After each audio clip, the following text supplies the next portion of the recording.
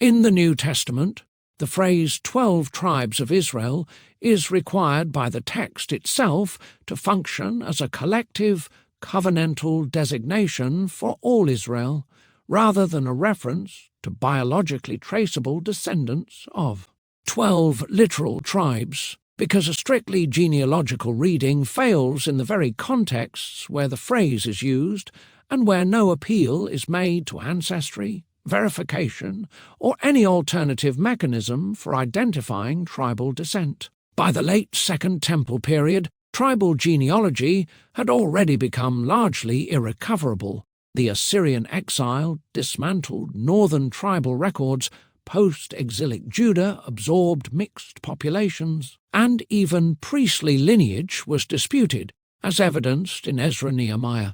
By the 1st century, there were no longer 12 distinct, socially or genealogically verifiable tribal entities capable of functioning as identifiable units, nor does the literature of the period suggest that such loss was remedied through any hidden, symbolic or post hoc means of identification. Nevertheless, New Testament writers speak of the 12 tribes as a present, unified, covenantal reality. When Paul declares before Agrippa in Acts 26:7 that our 12 tribes are earnestly serving God and hoping to attain the ancestral promise, his claim would be unintelligible if it depended on verifiable biological descent or on any criterion inaccessible to his audience. Paul presupposes a shared understanding of Israel's identity that does not require explanation, precisely because it is covenantal rather than genealogical.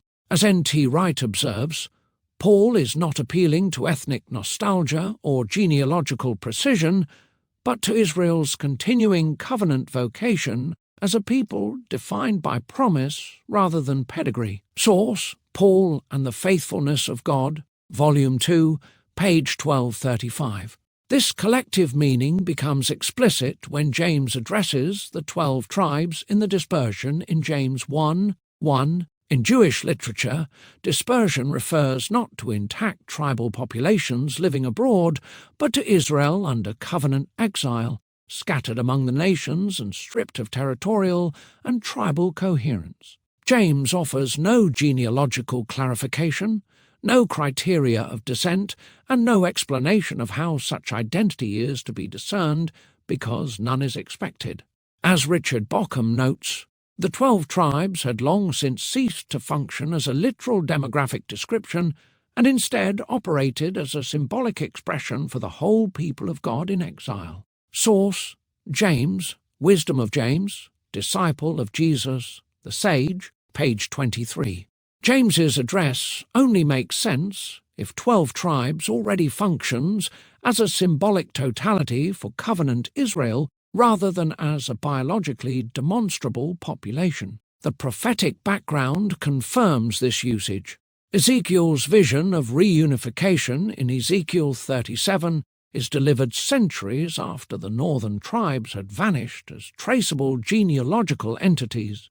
The prophet does not describe a recovery of tribal records, the identification of descendants, or a census of lineage, but depicts the healing of a covenantal rupture between Judah and Israel. As Moshe Greenberg explains, Ezekiel's concern is not tribal reconstitution in any literal sense, but the restoration of Israel's covenant unity under Yahweh's kingship. Source: Ezekiel 21-37, Anchor Yale Bible, page 759. The same symbolic grammar governs apocalyptic literature. In Revelation, the tribal lists are intentionally irregular. Dan is omitted, Levi is included, Joseph appears alongside Manasseh, making a genealogical reading impossible and signaling that the list was never intended to function as a biological registry. As G.K. Beale states, the list is theological rather than biological. It represents the fullness of Israel conceived as a covenant community, not as a tribal registry. Source: The Book of Revelation, New International Greek Testament Commentary, page 424. Paul's own interpretive method further requires a covenantal definition of Israel. In Romans 9, he applies Hosea's language of "not my people" and later restoration, originally spoken about the northern kingdom, to those being called in his own time. Hosea already demonstrates that Israel can lose covenant status, be named not Israel, and yet be restored without ceasing to be Israel, showing that covenant identity can be disrupted and renewed without reference to biological continuity. As Douglas Moo remarks, Paul reads Hosea as describing a covenantal reversal within Israel's story, not the creation of a new people defined by ethnicity or biology. Source: the Epistle to the Romans, New International Greek Testament Commentary, page 587. Paul then weaves this together with Isaiah's remnant theology and Genesis's promise regarding Ephraim, presenting Israel as one people existing in differing covenantal conditions rather than as separable ethnic groups or concealed biological categories. Hebrews confirms this framework without redefining Israel biologically. In Hebrews 8:8, the new covenant is explicitly said to be made with the house of Israel and the house of Judah, preserving the two-house structure while assuming Israel's continued identity despite dispersion, mixed populations, and genealogical disruption. The argument proceeds without any concern for how Israel is biologically identified, because covenant continuity, not ancestry verification, is the operative assumption.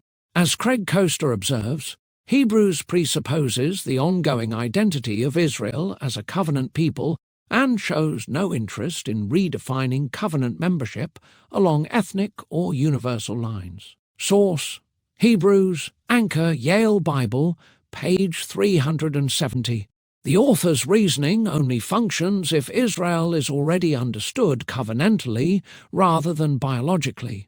Second Temple literature confirms that this was standard Jewish usage. At Qumran, the Yahad consistently spoke of all 12 tribes in eschatological and restorative contexts, without any expectation of genealogical reconstruction, ancestral testing, or tribal census. Jason Staples notes that the sect understood itself as participating in the restoration of Israel as a whole, using 12 tribes as a symbolic designation for covenantal totality, rather than as a claim about tribal survivability. Source: The Idea of Israel in Second Temple Judaism, page 268. Similarly, John Bergsma concludes that the reunification of the 12 tribes in Qumran texts is a theological symbol of restored Israel, not a demographic forecast. Source: Qumran Self-Identity, page 188. Taken together, these textual and scholarly observations make a biological reading untenable. The phrase 12 tribes of Israel is consistently used when genealogy is irrecoverable, applied to Israel in dispersion, embedded in prophetic and apocalyptic symbolism, and defined by covenantal hope rather than bloodline. Any attempt to preserve a biological definition by appealing to unseen or retroactive criteria imports assumptions foreign to the texts themselves. The collective, covenantal reading is therefore not a theological imposition, but the only interpretation that allows the biblical texts to function coherently within their own historical and symbolic world.